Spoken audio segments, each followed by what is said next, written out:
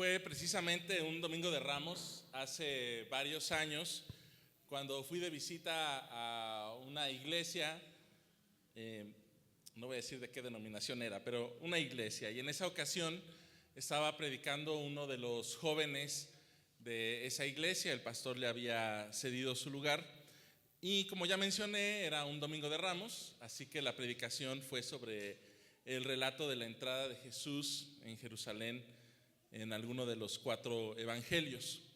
Recuerdo que fue una buena predicación. El joven se enfocó en la entrada triunfal, en su significado y cómo se relaciona con la profecía que encontramos en el libro de Zacarías, capítulo 9, versículo 9. Alégrate mucho, hija de Sión, grita de alegría, hija de Jerusalén. Mira, tu rey viene hacia ti, justo, victorioso y humilde, viene montado en un burrito, cría de asna. Recuerdo que fue una predicación clara, sencilla, directa. Fue una buena predicación. Y por eso me resultó extraño cuando el pastor, apenas terminó el joven de decir su último amén, el pastor subió a su púlpito a corregir la predicación del joven. Y me pareció extraño porque él enfatizó en un aspecto de la predicación de este muchacho, diciendo que se debía tener cuidado en cómo se expresaba la profecía de Zacarías, porque la manera en la que el joven lo había dicho, que no recuerdo exactamente cómo lo había dicho, daba a entender de que Jesús había planeado las cosas de tal manera que se cumpliera la profecía, cuando en realidad, decía el pastor, es algo que tenía que pasar porque estaba escrito. ¿Se entiende la diferencia? El joven había dicho algo así como que Jesús había planeado de tal manera que eso sucediera, y el pastor decía que había sucedido porque estaba escrito que así tenía que pasar. Tal vez es cuestión mía, pero ese comentario me puso a reflexionar sobre cómo consideramos la relación entre los profetas y los otros escritos del Antiguo Testamento con la vida y el ministerio de Jesús. Por ejemplo, en Zacarías 9, cuando el profeta anuncia que viene el rey de Israel montado en un pollino. Salmo 118, que leímos, una aclamación para un rey que va entrando en una ciudad. El Salmo 22, un salmo que recordamos todos en Viernes de Crucifixión. Dios mío, ¿por qué me has abandonado? Y con esos muchos otros pasajes del Antiguo Testamento que se relacionan de alguna manera con la vida y el ministerio de Jesús. Y una manera común, popular, de entender esta relación es que el Antiguo Testamento tiene predicciones y que esas predicciones se cumplen en Jesús. Zacarías predijo que alguien iba a entrar en un burrito y que la gente exclamaría clamando que es el rey de David, el hijo de David. El Salmo 22 predijo que alguien exclamaría, Dios mío, ¿por qué me has desamparado? Isaías 53 predijo que habría alguien que sufriría un castigo para expiar los pecados de su pueblo. Y de acuerdo con esta lectura, el Nuevo Testamento nos muestra cómo Jesús es ese alguien en quien se cumplen todas las predicciones. Es una manera de entender el Antiguo Testamento. El Antiguo Testamento predice y las predicciones se cumplen en Jesús. Pase lo que pase, suceda lo que suceda, se va a cumplir la predicción porque es inevitable, o al menos eso es lo que esta noción parece dar a entender. Esta idea me recuerda a mí de las tragedias griegas. No sé si alguien conozca las tragedias griegas. Es un arte dramático que los griegos desarrollaron en el siglo V a.C., en el que pase lo que pase, suceda lo que suceda, siempre se va a cumplir con la predicción dada por algún profeta o un oráculo o los dioses griegos. Aunque las personas hagan todo lo posible por evitar que se cumpla, de todas maneras se va a cumplir. Y de hecho muchas veces, entre más uno hace lo posible para evitar que se cumplan, más se cumple la predicción, más se logra que el destino alcance a los griegos. Uno de los mejores ejemplos de esto es la tragedia de Edipo Rey, escrita por Sófocles en cerca del año 430 a.C. Y la historia, la tragedia dice que en la ciudad de Tebas había un rey y una reina, el rey Layo y su esposa Yocasta, que reciben un terrible oráculo. Su hijo recién nacido mataría a su padre y se casaría con su madre. Evidentemente los reyes se aterrorizaron y decidieron que no iban a permitir que eso sucediera y encargaron a un sirviente que llevara a su hijo recién nacido al bosque, que lo abandonara ahí para que las fieras se lo comieran y la profecía no se llevara a cabo. Pero, como toda tragedia griega, el sirviente no pudo deshacerse del niño, lo encargó con alguien más y este hombre resulta que era siervo del rey de Corinto, una ciudad más adelante, y entonces se lo llevó al rey de Corinto, quien adoptó al niño, lo educó como su propio hijo y creció con él como príncipe de Corinto, y entonces el niño pensó que era un descendiente del rey de Corinto, hasta que un día le llegan a este joven ya crecido, Edipo, con un mensaje, y es que hay una profecía que dice que él va a matar a su padre y va a casarse con su madre. Y entonces él, pensando que los reyes de Corinto eran su familia original, decide huir de la ciudad para evitar que se cumpla esa profecía. De camino hacia el bosque se encuentra con un anciano que lo trata muy mal. Edipo se enoja y lo mata. Resulta que el anciano era su papá Layo, pero él no lo sabía. Y entonces sigue avanzando Edipo hasta que llega a la ciudad de Tebas, donde él había nacido originalmente sin saberlo, y resulta que hay una criatura por ahí, un monstruo que está atormentando la ciudad. Edipo logra vencer a ese monstruo y entonces, como recompensa, se casa con la reina de Tebas, que era su mamá Yocasta. Entonces se cumple el destino, se cumple la predicción. Cuando se da cuenta, pues todo el mundo se mueren, se sacan los ojos, en fin, un desastre. Y precisamente esa es la ironía de las tragedias griegas, que hagas lo que hagas, pase lo que pase, siempre se va a cumplir el destino. Muchas veces de manera inconsciente, hasta que se dan cuenta y ya es demasiado tarde para detener la tragedia. Y a mí me cuesta mucho trabajo pensar que así es como funciona el Antiguo Testamento, especialmente los escritos de los profetas.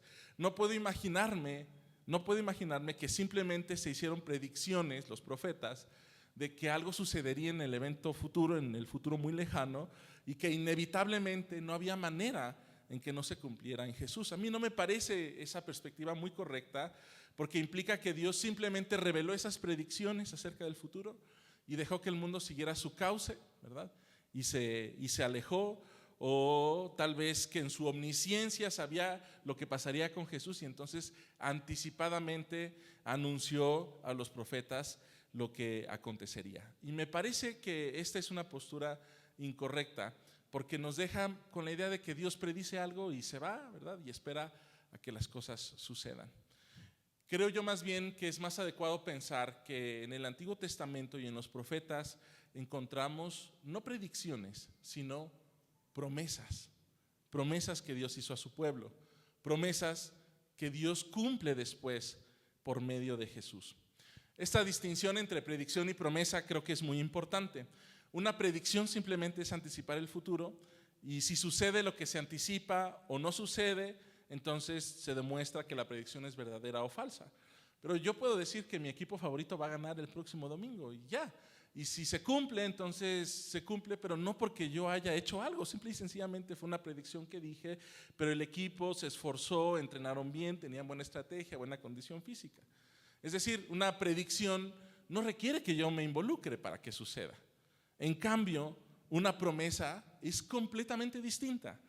Cuando prometo algo, me comprometo con la otra persona a la que le prometí para hacerlo. No es cuestión de que si mi promesa se cumple o no se cumple, sino si yo la cumplo, si yo soy fiable, si yo puedo mantener mi palabra pese a cualquier circunstancia y hacer lo que prometí. El doctor Christopher Wright, teólogo y evangélico, profesor del Antiguo Testamento, da un ejemplo de esta diferencia. Él dice que cuando inicia las clases en el seminario hay muchos jóvenes y entonces les dice que va a predecir que por lo menos uno de los jóvenes se va a casar con una de sus compañeras. Y él dice, pues es una predicción muy fácil porque todos los años desde que he dado clase, por lo menos un muchacho termina casándose con su compañera antes de que terminen el seminario. Y por mucho que esa predicción pueda ser verdad, no requiere nada del profesor. Él no va a hacer nada para que los muchachos se casen. Pero, dice el doctor Wright, Si un hombre y una mujer se dicen uno a la otra, te tomo a ti para que seas mi legítima esposa, mi legítimo esposo, para vivir juntos de este día en adelante, para bien o para mal, en riqueza y en pobreza, en salud y en enfermedad, para amarte y cuidarte hasta que la muerte nos separe, esa no es una predicción, es una promesa. Y esa promesa cambia las vidas de ellos para siempre. En el Antiguo Testamento, dice el Dr. Wright, Dios declara sus promesas. No son meras predicciones, es algo a lo que Dios se compromete. Son promesas que Dios va a cumplir por su propia integridad, confiabilidad y fidelidad. Es decir, aquello que Dios le reveló a los profetas acerca del Mesías no eran meras predicciones, eventos que tal vez podrían haber pasado o no, y había una alta probabilidad de que pasaran y que demuestran que son verdaderas porque se cumplen en Jesús.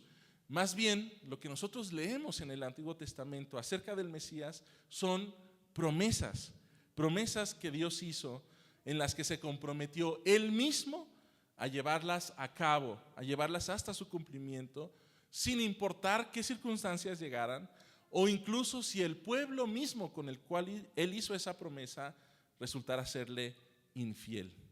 Y la manera en la cual Dios cumple sus promesas es por medio de Jesús. Yo me lo imagino de la siguiente manera, y no sé exactamente si haya sido así porque es imposible sondear en la profundidad de Dios, pero me imagino que en la eternidad pasada, antes de la creación del mundo, Dios se comprometió a amar y salvar al mundo que estaba por crear, a la humanidad y a toda la creación. Y yo me imagino que la primera persona de la Trinidad, el Padre, se comprometió a amar y acompañar a la creación y estar presente con ella.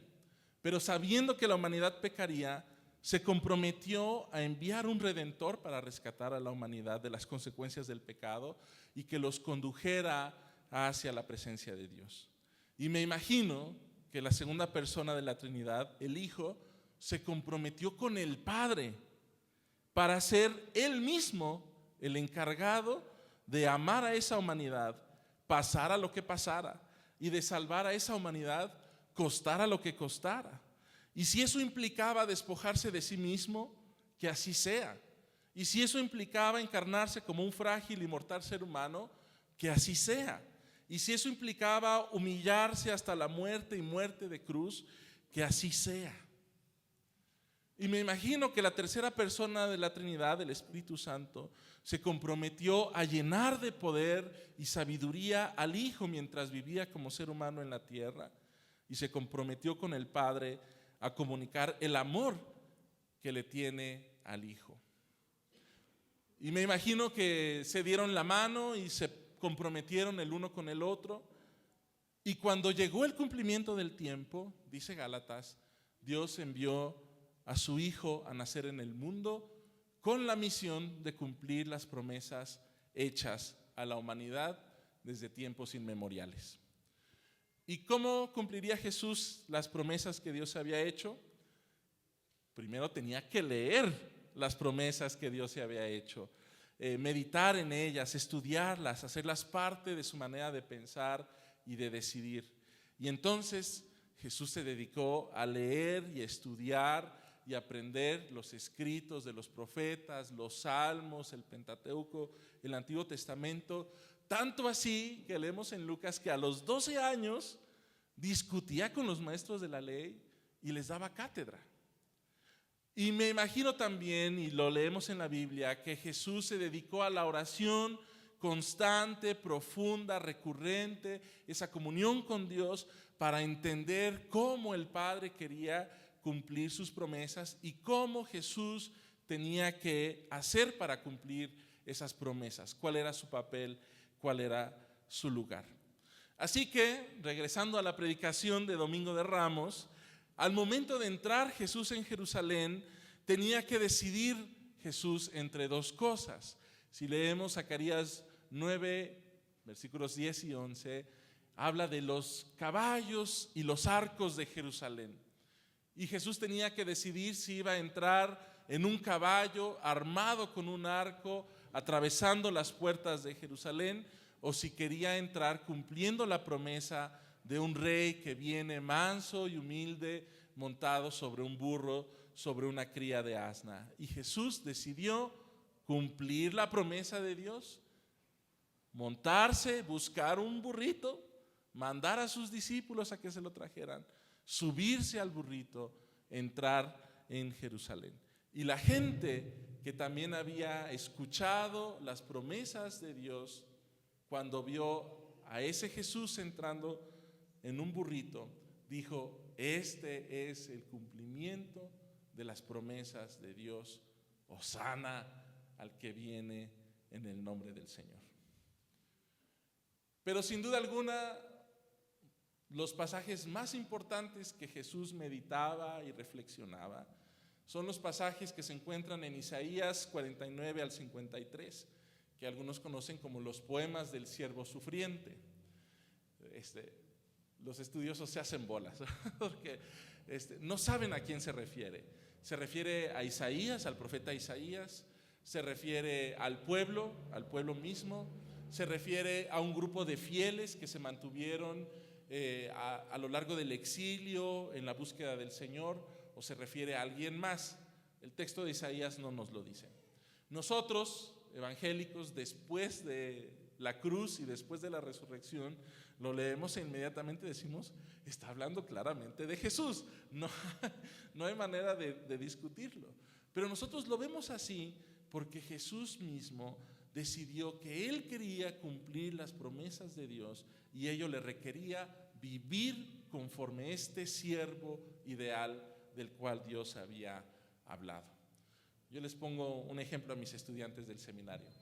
Si ustedes consideraran que yo soy un buen maestro y observaran mi método y dijeran: no, pues es un buen maestro, y encontraran un libro que dijera: para ser un buen maestro tienes que usar este método, tienes que usar estas imágenes, tienes que ser alto, guapo y de lentes, no pensarían que ese libro está prediciendo al profesor Lemuel, sino dirían: el profesor Lemuel está tan comprometido con la enseñanza que ha decidido usar un libro de cómo ser el mejor maestro para enseñarnos.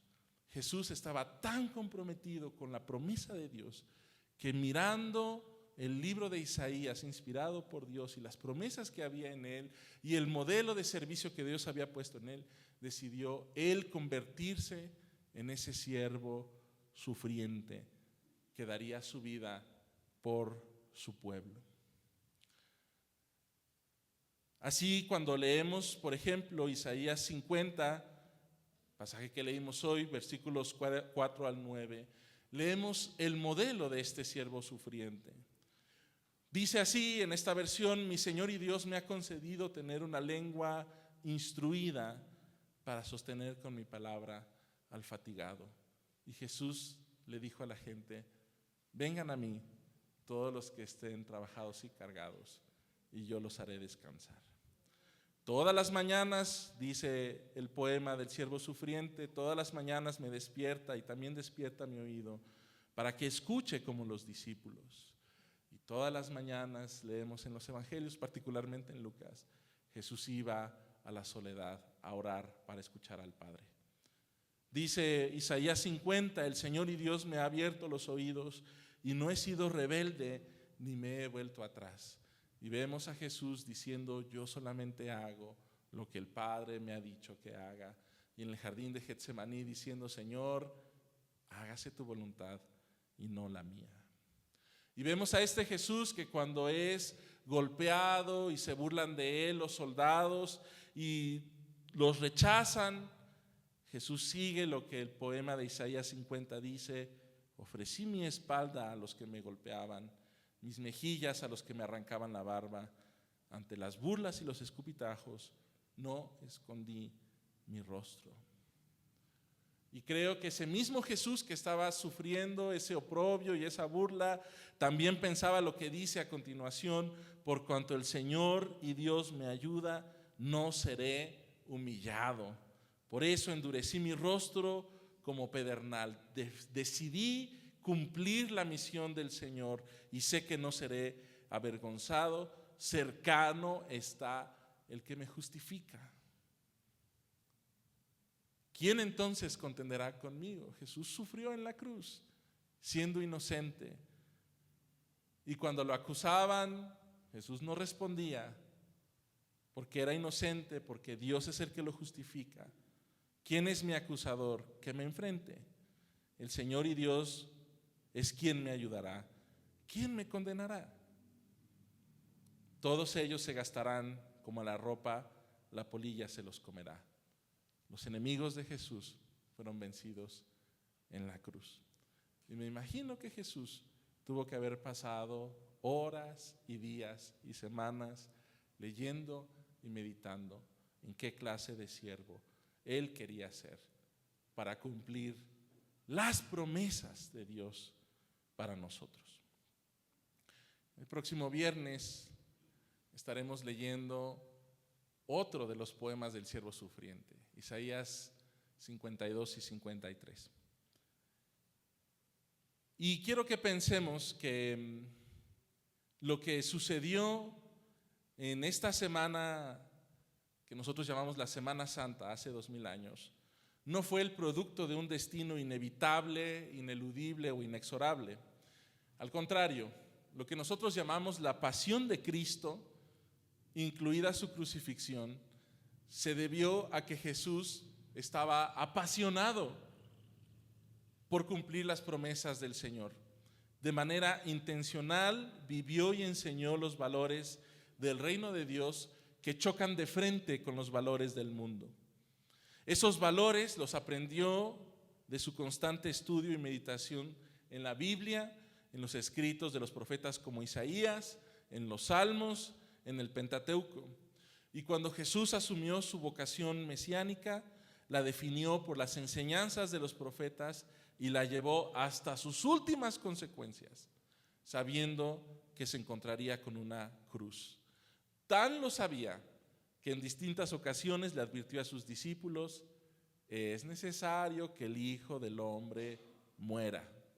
Así que cuando Jesús entró en Jerusalén en medio de vítores y alabanzas, cuando irrumpió en el templo de Jerusalén para expulsar a los que estaban vendiendo, cuando confrontó a las autoridades religiosas, cuando afirmó ser el Hijo de Dios con prerrogativas para sancionar la ley o peor aún, para perdonar a los pecadores, cuando encaró a Pilato haciéndole saber que aún su autoridad humana estaba sujeta a la autoridad de Dios, cuando hizo todo eso y más, lo hizo sabiendo que cada palabra y cada acto lo llevaría un paso más cerca de la cruz.